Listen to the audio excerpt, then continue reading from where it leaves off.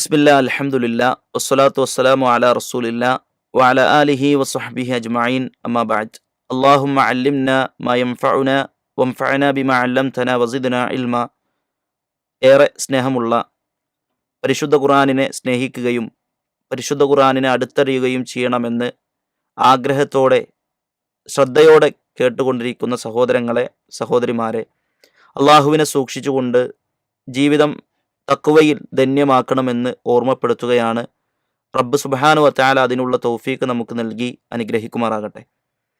കഴിഞ്ഞ ക്ലാസ്സിൽ അൽഹംദുലില്ലാഹി റബ്ബിൽ ആലമീൻ എന്നതിൻ്റെ ശ്രേഷ്ഠതയും അൽഹംദുലില്ലാ എന്ന് ചൊല്ലേണ്ട ചില സന്ദർഭങ്ങളുമാണ് നാം സൂചിപ്പിച്ചിട്ടുള്ളത്.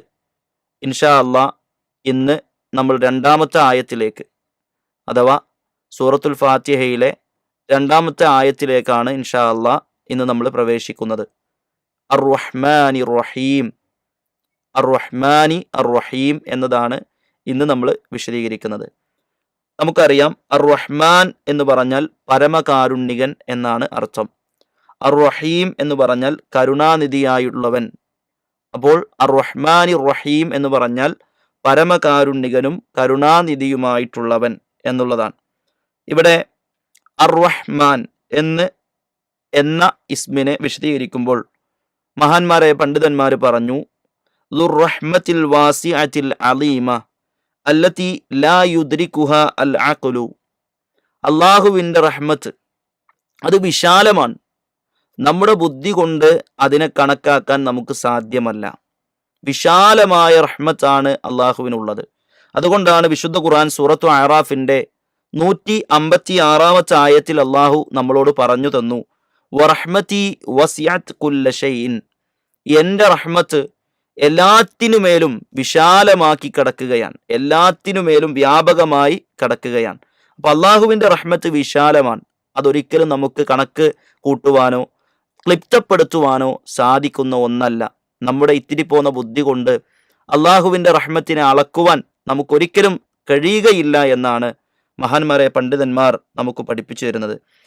ഇനി ഇവിടെ ആദ്യം പറഞ്ഞ അർ-റഹ്മാൻ എന്നുള്ളത്, ഈ റഹ്മത്ത് എല്ലാവർക്കും ലഭിക്കുന്നതാണ്. അവിടെ വിശ്വാസി എന്നോ അവിശ്വാസി എന്നോ മുനാഫിക് എന്നോ ഒന്നും വ്യത്യാസമില്ല. എല്ലാ ആളുകൾക്കും ഈ റഹ്മത്ത് കിട്ടും. ഹത്തൽ കാഫിർ, കാഫിറിന് പോലും ഈ റഹ്മത്ത് കിട്ടും. അതുകൊണ്ടാണ് കാഫിർ ഇവിടെ ജീവിക്കുന്നത്. അല്ലാഹു സുബ്ഹാനഹു വ തആല എങ്ങാനും കാഫിറിന് ഈ റഹ്മത്ത് കൊടുക്കണ്ട എന്ന് വെക്കുകയാണെങ്കിൽ അവൻ ഹലക, നശിച്ചു പോകും, അവൻ മരണപ്പെട്ടു പോകും. ഇവിടെ വെള്ളം കുടിക്കുവാനും വായു ശ്വസിക്കുവാനും ആരോഗ്യപൂർവ്വം ജീവിക്കുവാനും ഒക്കെ കാഫിറിന് അവസരം കൊടുത്തത് ആരാണ്? അള്ളാഹു സുബ്ഹാനഹു വ തആലയാണ്. കാഫിറിന് അള്ളാഹുവിൻ്റെ അനുഗ്രഹം ആസ്വദിച്ചുകൊണ്ടാണ് കാഫിർ പോലും എന്ത് ചെയ്യുന്നത്? ഇവിടെ ജീവിക്കുന്നത്. എന്നാൽ അള്ളാഹു സുബ്ഹാനഹു വ തആലയുടെ റഹീം എന്നത് അത് കാഫിറിന് ലഭ്യമല്ല. അത് അള്ളാഹു ഉദ്ദേശിക്കുന്ന ആളുകൾക്ക് മാത്രമാണ് അത് അള്ളാഹു സുബ്ഹാനഹു വ തആല കൊടുക്കുക.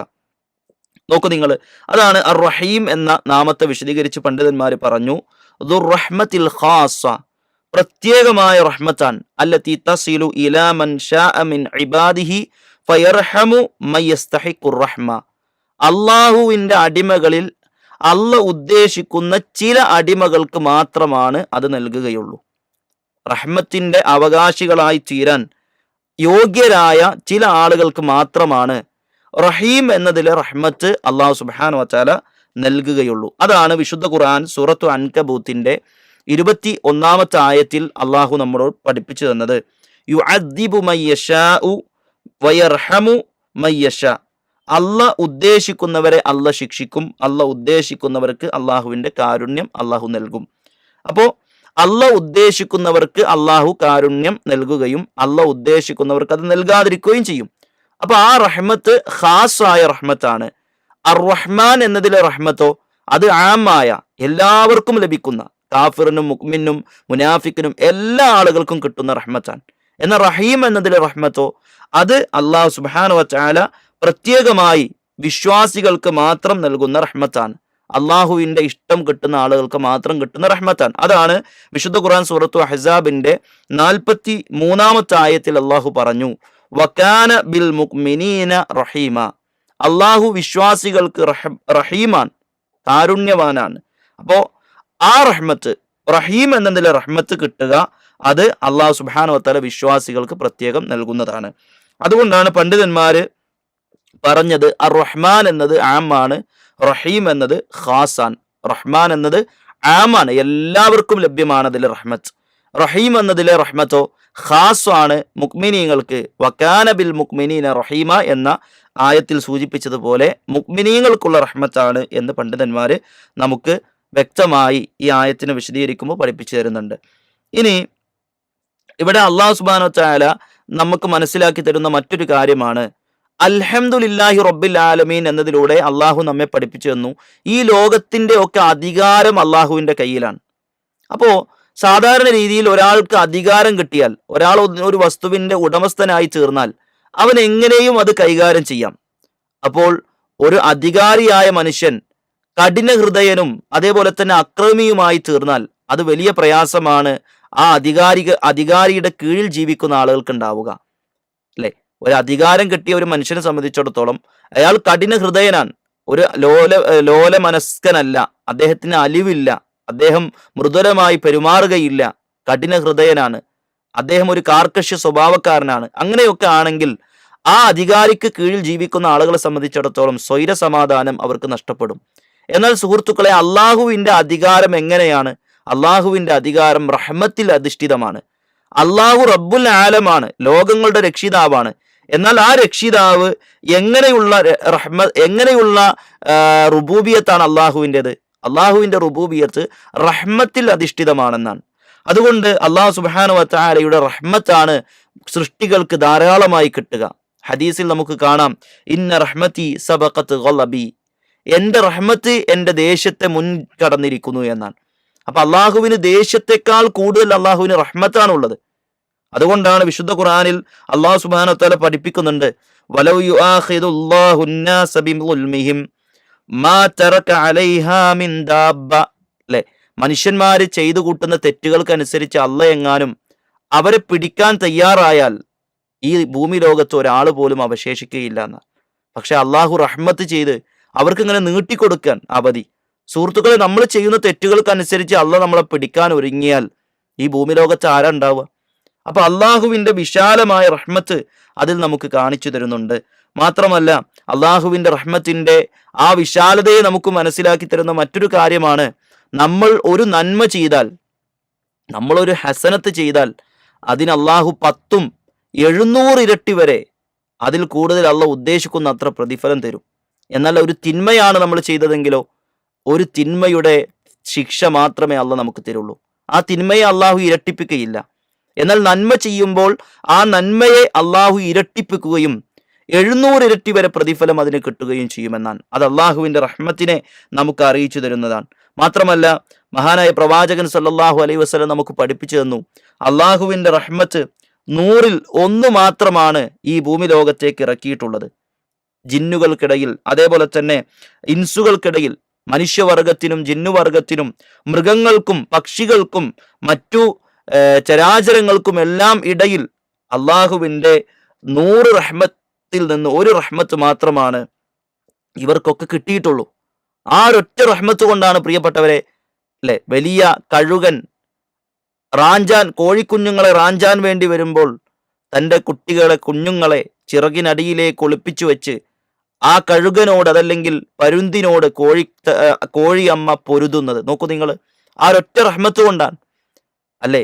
ബസ്സിൽ തൻ്റെ ശരീരത്തിലേക്ക് തീയ് പടർന്നു കയറുമ്പോഴും തൻ്റെ കുഞ്ഞിനെ ചേർത്തു പിടിച്ച്, അല്ലെ, തൻ്റെ കുഞ്ഞിനെ ചേർത്തു പിടിച്ച് ആ കുഞ്ഞിനോട് സ്നേഹം കാട്ടിയ ഉമ്മ, തൻ്റെ ശരീരത്തിലേക്ക് തീ പടർന്നു കയറുമ്പോഴും ബാക്കിയുള്ളവരെ രക്ഷപ്പെടുത്താൻ വേണ്ടി, തൻ്റെ കുഞ്ഞിനെ രക്ഷപ്പെടുത്താൻ വേണ്ടി തീയിനുള്ളിലേക്ക് കയറിപ്പോയ ഉപ്പ. നോക്കൂ നിങ്ങൾ, ഇങ്ങനെ ഒരുപാട് സംഭവങ്ങൾ നമുക്ക് കാണാൻ കഴിയുന്നുണ്ട്. ഈ റഹ്മത്തൊക്കെ ഉണ്ടായത് എവിടുന്നാണ്? അള്ളാഹു സുബ്ഹാനഹു വതആലയുടെ 100ൽ 1 മാത്രം, അതിൽ കൊണ്ടാണ് ഈ ആളുകൾ പരസ്പരം റഹ്മത്ത് ചെയ്യുന്നത്. മൃഗങ്ങളും ജിന്നുകളും മനുഷ്യരും അങ്ങനെ തുടങ്ങി എന്തെല്ലാമുണ്ടോ അവരെല്ലാവർക്കും ഇടയിൽ കാരുണ്യമുണ്ടായിട്ടുള്ളത് ആ 100ൽ 1 കൊണ്ടാണെന്നാണ്. ബാക്കി 99ഉം പ്രിയപ്പെട്ടവരെ പരലോകത്ത് വിശ്വാസികൾക്ക് വേണ്ടി അള്ളാഹു ഒരുക്കി വെച്ചിരിക്കുകയാണ്. അള്ളാഹു ആ റഹ്മത്ത് കിട്ടുന്ന 99 റഹ്മത്തും ലഭ്യമാകുന്ന വിശ്വാസികളിൽ നമ്മെ ഉൾപ്പെടുത്തി അനുഗ്രഹിക്കട്ടെ. അപ്പോൾ അള്ളാഹുവിൻ്റെ റഹ്മത്തിൻ്റെ വിശാലതയാണ് ഇതിൽ നിന്ന് നമുക്ക് മനസ്സിലാക്കാൻ കഴിയുന്നത്. അപ്പോൾ അർ റഹ്മാൻ അർ റഹീം എന്ന 2 നാമങ്ങൾ അള്ളാഹുവിനുണ്ട് എന്ന് ഈ ആയത്തിൽ നിന്ന് നമുക്ക് മനസ്സിലാകുന്നു. മാത്രമല്ല ഈ 2 നാമങ്ങളിൽ നിന്നും അള്ളാഹുവിൻ്റെ റഹ്മത്ത് എന്ന സിഫത്ത് നമുക്ക് മനസ്സിലാക്കാൻ കഴിയുന്നു. അത് അഹ്ലുസുന്നയുടെ വിശ്വാസമാണ്. അള്ളാഹുവിൻ്റെ നാമങ്ങളിൽ അള്ളാഹുവിൻ്റെ സിഫത്തുമുണ്ട്. അള്ളാഹു സുബ്ഹാനഹു വ തആല സമീ ആണെന്ന് പറഞ്ഞാൽ അള്ളാഹുവിൻ്റെ സംഅ് എന്ന സിഫത്ത് അള്ളാഹുവിനുണ്ട്. അള്ളാഹു സുബ്ഹാനഹു വ തആല അലീമാണെന്ന് പറഞ്ഞാൽ അള്ളാഹുവിന് ഇൽമ് എന്ന സിഫത്തുണ്ട് എന്ന് നമ്മൾ അതിനെ അംഗീകരിക്കും. അള്ളാഹു സുബ്ഹാനഹു വ തആല ഖാലിഖാണ് എന്ന് പറഞ്ഞാൽ ഖൽഖ് എന്ന സിഫത്ത് അള്ളാഹു സുബ്ഹാനഹു വ തആലക്ക് നമ്മൾ സ്ഥാപിക്കും. അതേപോലെ തന്നെ അള്ളാഹു റഹ്മാനാണ്, അള്ളാഹു റഹീമാണ് എന്ന് പറഞ്ഞാൽ അള്ളാഹുവിന് റഹ്മത്ത് എന്ന സിഫത്ത് നമ്മൾ അള്ളാഹുവിന് സ്ഥാപിക്കും. അത് അഹ്ലുസുന്നത്തി വൽ ജമാഅയുടെ വിശ്വാസമാണ്. എന്നാൽ അഹ്ലുസുന്നയുടെ വിശ്വാസത്തിൽ നിന്ന് വ്യതിചലിച്ച കക്ഷികൾ അവർ പറയുന്നത് അള്ളാഹു സുബ്ഹാനഹു വ തആലക്ക് സംഇ എന്ന സിഫത്തില്ല, എന്നാൽ അള്ളാഹു സമീ ആണ്, കേൾവിയില്ല എന്നാൽ കേൾക്കുന്നവനാണ് എന്ന് പറയുന്നതിന് സമാനമാണ് അവരുടെ വിശദീകരണങ്ങൾ. എന്നാൽ അഹ്ലുസുന്നത്തി വൽ ജമാഅ അള്ളാഹുവിൻ്റെ നാമങ്ങളിൽ അള്ളാഹുവിൻ്റെ സിഫത്തും ഉൾക്കൊള്ളുന്നു എന്ന വിശ്വാസമാണ് നമ്മെ പഠിപ്പിച്ചു തന്നിട്ടുള്ളത്. ഇതേപോലെ തന്നെ സുഹൃത്തുക്കളെ, നമുക്കിവിടെ മനസ്സിലാക്കേണ്ട മറ്റൊരു കാര്യം, അള്ളാഹു റഹ്മാനാണ് റഹീമാണ് എന്ന് മനസ്സിലാക്കിയ ഒരാളെ സംബന്ധിച്ചിടത്തോളം അവൻ്റെ ജീവിതത്തിൽ ഉണ്ടാകുന്ന എന്തെല്ലാം ഉണ്ടോ, അത് പ്രതിസന്ധികളാകട്ടെ, പരീക്ഷണങ്ങളാകട്ടെ, വേദനകളാകട്ടെ, രോഗങ്ങളാകട്ടെ, എന്താവട്ടെ, അത് അള്ളാഹു തന്ന റഹ്മത്താണ് എന്ന് മനസ്സിലാക്കാൻ അവന് പറ്റും. അതുകൊണ്ടാണ് പണ്ഡിതന്മാർ അവർ പറയാറുണ്ട്, ജീവിതത്തിൽ അവർ കേൾക്കുന്ന പ്രയാസങ്ങൾ, രോഗങ്ങൾ, ആ രോഗങ്ങളിൽ അവർക്ക് കിട്ടുന്ന പ്രതിഫലം കാരണത്താൽ അതിനെ ഓർക്കുമ്പോൾ ആ രോഗത്തിൻ്റെ പ്രയാസം അവർ മറന്നുപോകുമെന്നാണ്. അള്ളാഹു സുബ്ഹാനഹു വ തആലയുടെ റസൂൽ നമ്മെ പഠിപ്പിച്ചിട്ടുണ്ട്, ഒരു മുഅ്മിനായ അടിമക്ക് ബാധിക്കുന്ന എന്ത് കാര്യവും, ഒരു ടെൻഷൻ, ഒരു സങ്കടം, ഒരു വിഷമം, ഒരു രോഗം, എത്രത്തോളം എന്ന് വെച്ചാൽ കാലിൽ തിറക്കുന്ന ഒരു മുള്ളിന് പോലും പ്രിയപ്പെട്ടവരെ നമുക്ക് കൂലിയുണ്ട് എന്നാണ് നബി സല്ലല്ലാഹു അലൈഹി വസല്ലം നമ്മെ പഠിപ്പിച്ചത്. അപ്പോൾ നമുക്ക് കേൾക്കുന്ന എന്തെല്ലാം മുസീബത്തുകളുണ്ടോ അതെല്ലാം അള്ളാഹു നമ്മളോട് ചെയ്ത റഹ്മത്താണ് എന്ന് മനസ്സിലാക്കുമ്പോഴാണ് നമ്മുടെ വിശ്വാസം പൂർണ്ണമാകുന്നത്. അതുകൊണ്ട് അർ റഹ്മാനി റഹീം എന്ന് പറയുമ്പോൾ ഒരുപാട് വശങ്ങൾ നമുക്ക് മനസ്സിലാക്കാനുണ്ട് എന്ന് നമ്മൾ മനസ്സിലാക്കുക. ഇവിടെ നമ്മൾ ഇന്ന് വിശദീകരിച്ചിട്ടുള്ളത് അള്ളാഹുവിൻ്റെ റഹ്മാൻ എന്ന നാമവും റഹീം എന്ന നാമവും തമ്മിലുള്ള വ്യത്യാസവും, അതേപോലെ തന്നെ അർ റഹ്മാൻ അർ റഹീം എന്ന നാമങ്ങൾ അള്ളാഹുവിനുണ്ട് എന്നും ആ നാമങ്ങളിൽ അള്ളാഹുവിന് റഹ്മത്ത് എന്ന സിഫത്ത് അള്ളാഹുവിന് ഉൾക്കൊള്ളുന്നു എന്നതും, അതോടൊപ്പം തന്നെ ജീവിതത്തിൽ ഒരു വിശ്വാസിക്ക് വിജയിക്കാൻ റഹ്മാൻ റഹീം എന്ന നാമത്തെ കൂടുതൽ മനസ്സിലാക്കിയാൽ മതി എന്നതുമാണ് നമ്മൾ വിശദീകരിച്ചിട്ടുള്ളത്. അള്ളാഹു സുബ്ഹാനഹു വ തആല കൂടുതൽ കാര്യങ്ങൾ മനസ്സിലാക്കി അള്ളാഹുവിൻ്റെ ഖുർആനിൻ്റെ ഓരോ ആയത്തുകളെയും ആഴത്തിൽ പഠിച്ച് മനസ്സിലാക്കാൻ, അബദ്ധങ്ങളില്ലാതെ ഉൾക്കൊള്ളാൻ, ആ ഉൾക്കൊണ്ട കാര്യങ്ങൾക്കനുസരിച്ച് ജീവിതത്തെ ക്രമീകരിക്കുവാൻ അള്ളാഹു നമുക്ക് തൗഫീക്ക് നൽകി അനുഗ്രഹിക്കുമാറാകട്ടെ. ഹാദാ ലി വല്ലാഹു അലം ബിസ്സവാബ് വആഖിറു ദഅവാന അൽഹംദുലില്ലാഹി റബ്ബിൽ ആലമീൻ. വസ്സലാമു അലൈക്കും വറഹ്മത്തുള്ളാഹി വബറകാതുഹു.